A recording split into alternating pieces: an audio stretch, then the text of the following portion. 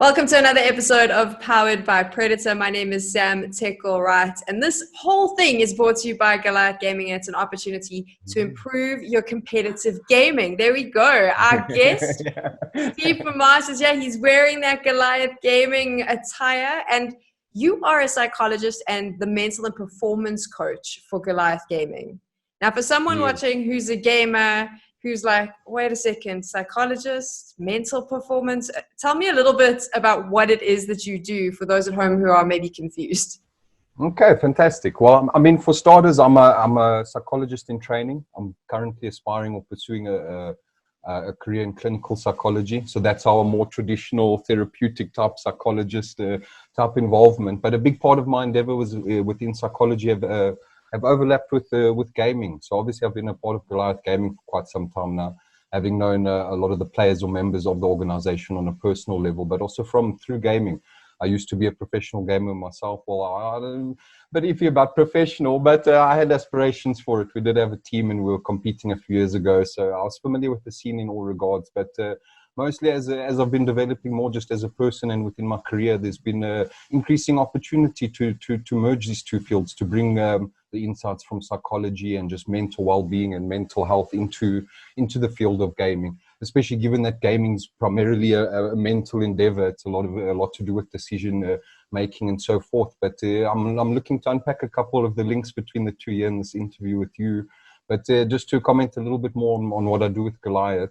So it usually fulfills quite like a coaching style role.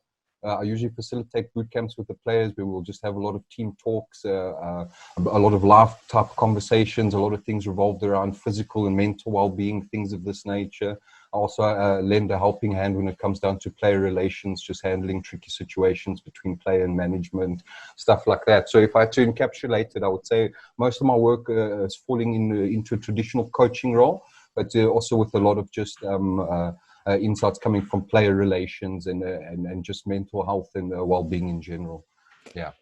It's really interesting where you mentioned the player relations, because I was going to say, on one hand, gaming is considered very solitary because you are alone, you're sitting in front of your PC. But on the other hand, there is that team dynamic in the team games where you are expected to work together with a bunch of people who you may not have even met face to face. So how do you stay mentally healthy and in a good place? What are your suggestions for someone who's pursuing a competitive gaming career?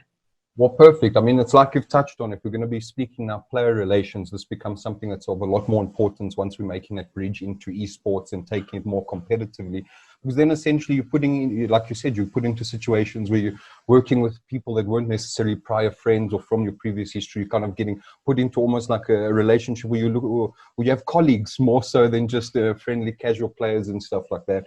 And here we're finding a lot of things that are similar to just how relationships work in the workplace in general, having your responsibilities be distributed and shared by other players and your own performance, also having a say in how well other players are doing and vice versa and this stuff. So of course now there is a lot of pressure to make sure that the overall team vibe and things is held together nicely, that all the players are working together, that they're in sync, that they're all on the same page, that conflicts are able to be resolved in just like a healthy, productive type fashion. So a lot of that just comes with sitting and facilitating what good communication actually looks like between people. If in a team chat, everyone has their space to have their say and to let their opinions be heard, and giving one another that space to also listen and receive what they're saying before jumping to criticism, things like that. And it's often a lot easier than said than done. Because there's obviously always clashes of interest and opinions and viewpoints and things like that. And I think that's where a lot of the utility from having insights from psychology coming into play on just how to listen. Listening skills would be probably a great encapsulation of what I try and instill in the players when I'm working with them and things like that. And just being able to consciously be mindful in conversations, being present, being able to actually receive where another person's coming from before you share your points and then develop through that thing. So So of course from that's coming where player relations is especially important, but like the subject of sociability, like the sociability of gaming is also a big one. For some people it is something that's quite an isolated, lonely endeavor, just them at home in their own playing adventure games or whatever, and perfectly fine if that's the way it is. But for a large amount of us, the social elements of gaming are some of the biggest one of the biggest factors that are keeping us in that field. Having that thing where you're constantly meeting people that are interested in the same things you're in, trying to improve in the same things you're doing in. There's that shared interest. So there's naturally a sense of community that comes from just spending time with other people that are also engaging in gaming. But I mean, if we're going to now discuss the social things, or I think the links between mental health and gaming more broadly, it might be a nice point for us to start by differentiating what gaming would mean just in general for gamers just across the board play, and then maybe we get into esports or what it means for the competitive scene more particularly, because there's often different considerations going on at play there. But you didn't even need me, because that was going to be my next question is what is the differentiation? So off you go. I might as well just lean back, mute my mic. Not a problem. Well, I'm glad to know we're already syncing here then. Because I think if I had to encapsulate my position for gaming or in general, it's quite a concerning one. Obviously, I'm coming now from a background in psychology and stuff, so I'm interested to know in like what psychological impacts gaming has on people. And this has generally been quite a contentious point in the research, or just even in public discourse. You've got a lot of concerned parents worrying for the kids. Is it a good thing that they're spending this much time behind the screen? And you usually have kids pushing back, saying, no, it's great. I'm meeting new friends. I'm learning things. I'm happy. I'm enjoying myself. So it's like, it's nice to just, let's see what the research has to say about things or whatever. And I mean, one of the first emerging pictures when you go looking into studies that have investigated what gaming does with mental health, there's a few concerns that come up there. For people that are heavily involved in gaming and are gaming for prolonged hours per day, they face like a correlation with high rates of depression, high rates of anxiety. A lot of sleep problems come up with gaming. A lot of psychosocial problems when people are using gaming as more of a retreat or escape, and they're not tending to their social relations. So, like there's all these things popping up that are like almost painting like a slightly grim picture. Like, is this actually a bad thing that's going on? But you look a little bit further and you see that it's all coming down to the amount of time a person spends gaming and how much they're letting it become a part of their life. So most of like the things I was saying, where you're finding increased risk for depression, anxiety, all these, like scary all tough things, that's usually only a problem when a person's gaming excessively, many hours per day, and they're actually allowing gaming to now come in and impact the other realms of their life. So here now, when we're talking like prolonged periods of gaming, it's almost like that buzzword that's coming up is addiction, video game addiction. Like, what's the scene going on between this? And that's still quite a new concept that we're trying to take seriously in a more clinical context. Like, is this actually a problem? Is this an addiction? Should it warrant its own thing in our classification, or is this is video game addiction more like a symptom of other underlying things? Almost to say is like. Is gaming making people depressed, or depressed people turning to go to gaming more? So it's still a little bit tricky in that regard, and we're left with a lot of correlations and not much causal things to say this causes that. It's kind of like we're finding this linked with that all over the show, and see, it's still a new field with regards to research and developing and actually coming up with this is the solidified findings. This is how we know when it's addiction versus just a strong interest or a strong hobby that a person has. And a lot of that's coming down to that distinction is how much it's impacting the other realms of a person's life. For example, is their physical health, mental health taking a slump? Are you finding these things like depression and stuff?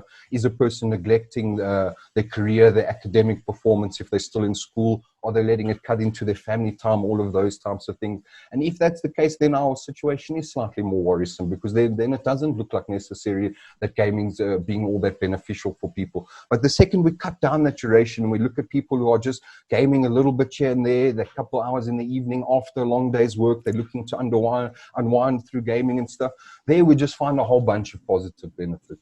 There, gaming's been implicated in stress reduction. It's a wonderful relaxation thing. For those who are already naturally social people and are using gaming as a social outlet, there it's found as something that increases sociability. You get all the authentic relationships and stuff that are forming there. But that thing on whether a person's actually going to get more social socializing out of gaming or not. It's going to depend a little bit on their personal characteristics. Are they naturally an introvert or an extrovert? I mean, you could have two people playing games. One person in their 5-hour binge has conversed with nearly every teammate, every friend, everybody, and someone else that's completely silent. So obviously they're going to be in two different positions on what they're actually going to get out of gaming like that. But for the most part, there seems to be a range of benefits associated to gaming when it's done in moderation. In moderation. Some of these yes. And some of these are really interesting. Like there's always been this discussion within gaming circles about, but gaming people are so smart and we think different. We have sharp reaction times. We have all these other things. And the research has supported some of that. There are a range of cognitive benefits that come from gaming with regards to task switching. That means like focusing on multiple things at once, reaction times, general problem solving capabilities, things of that nature. So it's like there is a lot to harness from gaming, but it needs to be done a little bit more carefully. The second it starts to consume a person's life too much, then it becomes something that's a little bit more concerning. And I wanted to say, I want to pull from there now, because we talk about consuming, you were saying about moderation, but when you look at an esports athlete, they're playing 8-9 hours a day. There's definitely no moderation there. They're going at it every day. Is this detrimental to their mental health? Yeah, so I mean, that's the natural segue, and I'm so happy that you already bridged it to that point, because that's something that's inevitable if you're looking to be a professional gamer and get into esports. You're required almost as a mandate to put 8 hours a day into gaming. So there, the conversation about mental health becomes something that's much more important, because it's inevitable that they're going to have to sink all these hours in. So then our conversation about mental health starts to become more revolved around how do we use it to enhance performance? How do we use it to get a person to be more focused, in a better state of mind, so that they can, be performing at the levels they need to? And there, the recommendations for how to improve mental health would be roughly the same. But I mean, for starters, the physical exercise one is... it's a real game changer for people, and people across the board, I'm sure, have previously experienced this. But taking on physical exercise is something really important in your life. It has the capacity to change your life. It can really be life transforming. But we see so many benefits coming from physical exercise coming into focus, not only for gaming, for studying, for working, all those things. You get a lot of mental clarity and just overall better cognitive functioning from physical exercise. So I mean, that would always come probably highest up in the recommendations, whilst at the same time counteracting that sedentary based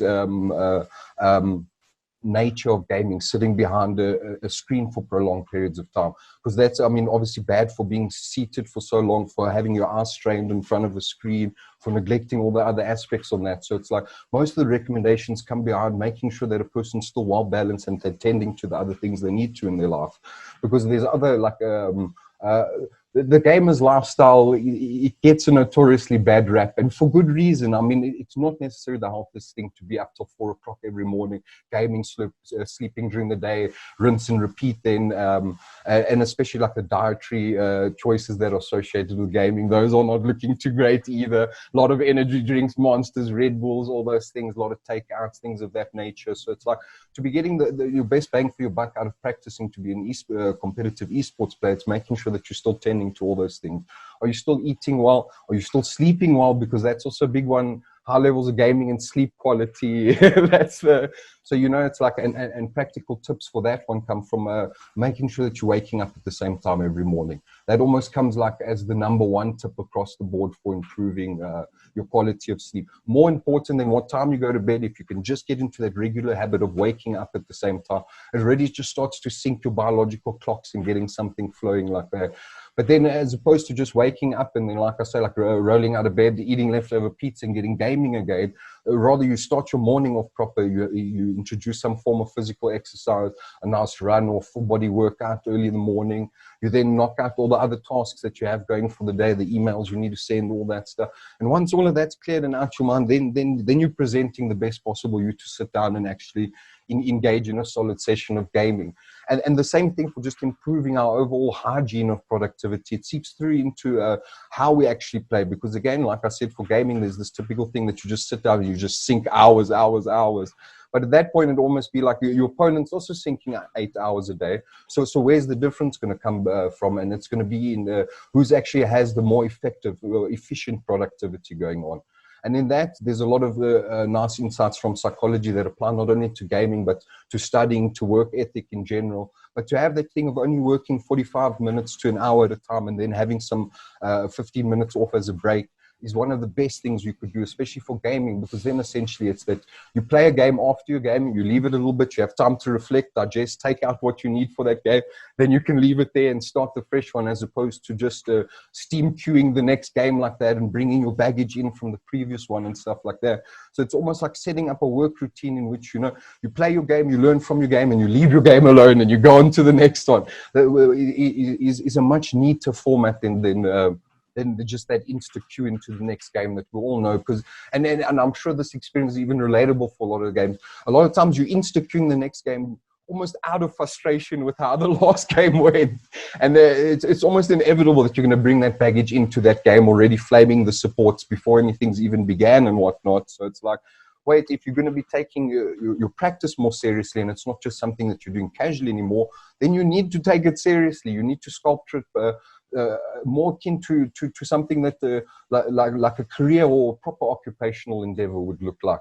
And that's where, again, like I say, incorporating all these tips is almost inevitably going to help a person, much more so than, you know, like these days within the gaming community, there's like a lot of hype around those nootropic substances or little multivitamins or this thing that you take and it's meant to give you all these boosts and whatever. If you're looking for those boosts, get them naturally. Go for a run for 10 minutes. I promise you'll get more out of any neurotropic BS that's on the market there. Like, so, you know, it's those types of things. But I mean, just to even further spread out this thing of recommendations on how to incorporate mental health into improving as an esports player, it's also to heed the call. Every time there's a downside or negative to gaming, do something to combat that.